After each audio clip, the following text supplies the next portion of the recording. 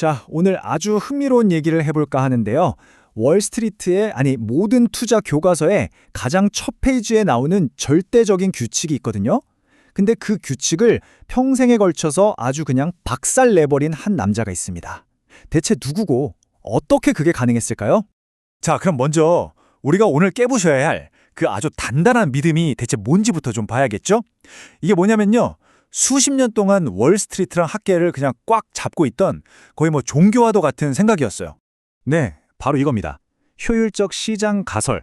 들어보신 분들 많을 거예요. 모든 유명한 경영대학원에서 거의 투자의 정석처럼 가르치는 이론이거든요. 아주 간단하게 요약하면 뭐냐? 어차피 시장 못 이기니까 괜히 이기려고 애쓰지 마라. 시간 낭비다. 이거예요. 왜? 주가에는 이미 세상의 모든 정보가 다 누가 들어 있으니까. 그렇게들 말하죠. 그런데요, 만약에 말이죠, 이 철옹성 같아 보이는 이론이 사실은 틀린 거라면 어떨까요? 그것도 아주 간단한 방법으로 누구나 볼 수 있는 정보만 가지고 꾸준히 계속해서 시장을 이겨온 사람이 실제로 있다면 이건 얘기가 완전히 달라지잖아요. 자, 바로 이 지점에서 오늘의 주인공이 등장합니다. 월터 슐로스. 이분은요, 그냥 그 이론에 대한 살아있는 반박 증거, 바로 그 자체였어요. 이 표를 한번 보세요. 진짜 재밌는 게 이 극명한 차이예요. 왼쪽은 우리가 보통 생각하는 그런 월스트리트의 엘리트 투자자 모습이죠. MBA 학교에 복잡한 모델 돌리고 수많은 분석가들 데리고 일하는. 자, 그런데 오른쪽 월터 슐로스를 보세요. 대학도 안 나왔어요. 복잡한 모델? 그런 거 몰라요. 그냥 단순한 통계만 봤습니다. 거대한 분석팀? 땡! 아들 한 명이 파트너의 전부였습니다. 이게 말이 되나요? 그럼 대체 이 사람의 성공 비결이 뭐였을까요? 정말 기가 막히는데요. 아들 에드윈이 한 이 말이 전부입니다. 우리는 그냥 싼 주식을 사려고 노력해요. 네? 이게 다라고요? 네, 이게 다였습니다. 무슨 복잡한 포트폴리오 이론, 알고리즘? 이런 거는 아예 있지도 않았어요. 이분의 사무실 환경을 보면 이 단순함이 얼마나 철저했는지 진짜 입이 떡 벌어집니다. 1956년에 사업 시작할 때 파일 캐비넷 아시죠? 서류 넣는 거? 그거 딱 하나로 시작했거든요. 근데 은퇴할 때 보니까 고작 4개로 늘었대요. 40년이 넘는 시간 동안요. 비서 없었고요. 회계사 없었습니다. 분석가 당연히 없었죠. 정말 오로지 투자라는 본질, 그거 하나에만 집중한 거예요. 그리고 이 믿을 수 없이 단순한 전략이 자그마치 47년 동안 계속됐습니다. 47년. 여러분, 이건 한두 해 운이 좋았던 게 절대 아니라는 얘기죠. 그의 기록을 보면 이게 더 명확해져요. 47년이라는 정말 긴 시간 동안 시장이 오르락 내리락 난리를 칠 때도 이 사람은 꾸준하게, 아주 꾸준하게 시장 평균 수익률을 훨씬 뛰어넘는 성과를 냈다는 겁니다. 이건 진짜 운이라고는 절대 말할 수 없어요. 명백한 실력이죠. 자, 그럼 이런 엄청난 결과가 나왔는데 자신들이 평생 가르치고 믿어온 이론을 그냥 정면으로 박살내는 이 증거 앞에서 과연 학계 사람들은 어떻게 반응했을까요? 정말 안타깝게도 그들의 반응은 너무나 인간적이었습니다.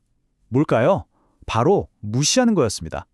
불편한 진실이 눈앞에 나타나니까 아예 못 본 척, 안 본 척 눈을 감아버린 거죠. 워런 버핏이 이 상황을 보고 정말 기가 막혔는지 이렇게 딱 한마디로 정리했습니다. 그들은 마음을 여는 대신 그냥 눈을 감아버렸다. 자기들 이론하고 안 맞는 현실이 나타나니까 그냥 없는 셈치기로 한 거죠. 그래서 진짜 핵심이 뭐냐면요.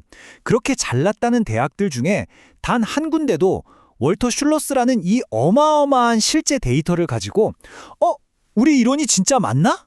하고 검증해 보려고 하질 않았다는 거예요. 그냥 현실을 무시하고 자기들만의 이론 속에 머물기로 선택한 거죠. 슐러스의 이야기를 보고 있으면 이런 생각이 들어요. 그럼 대체 진정한 천재성이라는 게 뭘까? 버핏이 자기 후계자를 찾을 때도 늘 강조했던 건데 진짜로 오랫동안 성공을 만들어내는 자질은 과연 뭘까요? 버핏이 늘 하는 말이 있어요. 장기적으로 성공하려면 그냥 머리 좋고 IQ 높고 최근에 실적 좀 좋고 이런 걸로는 택도 없다는 겁니다. 그것보다 훨씬 더 중요하고 근본적인 뭔가가 필요하다는 거죠. 버핏이 자기 자리를 물려줄 사람한테서 찾는 게 바로 이런 것들이에요.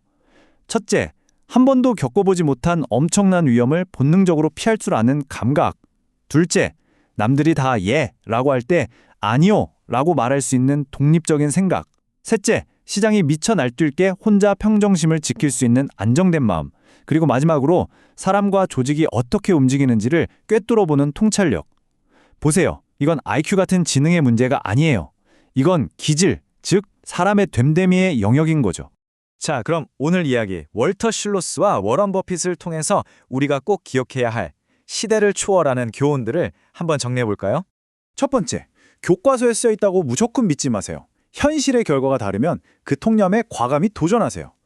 두 번째, 머리 좋은 것보다 더 중요한 건 바로 올바른 기질이라는 걸 잊지 마세요. 평정심, 그리고 남들 따라가지 않는 뚝심. 그리고 마지막 세 번째, 월터 실로스처럼 모든 걸 최대한 단순하게 만드세요. 그리고 가장 중요한 원칙, 절대 영구적인 손실을 보지 않는다는 것에만 집중하는 겁니다. 마지막으로 여러분께 이 질문을 한번 던져보고 싶습니다.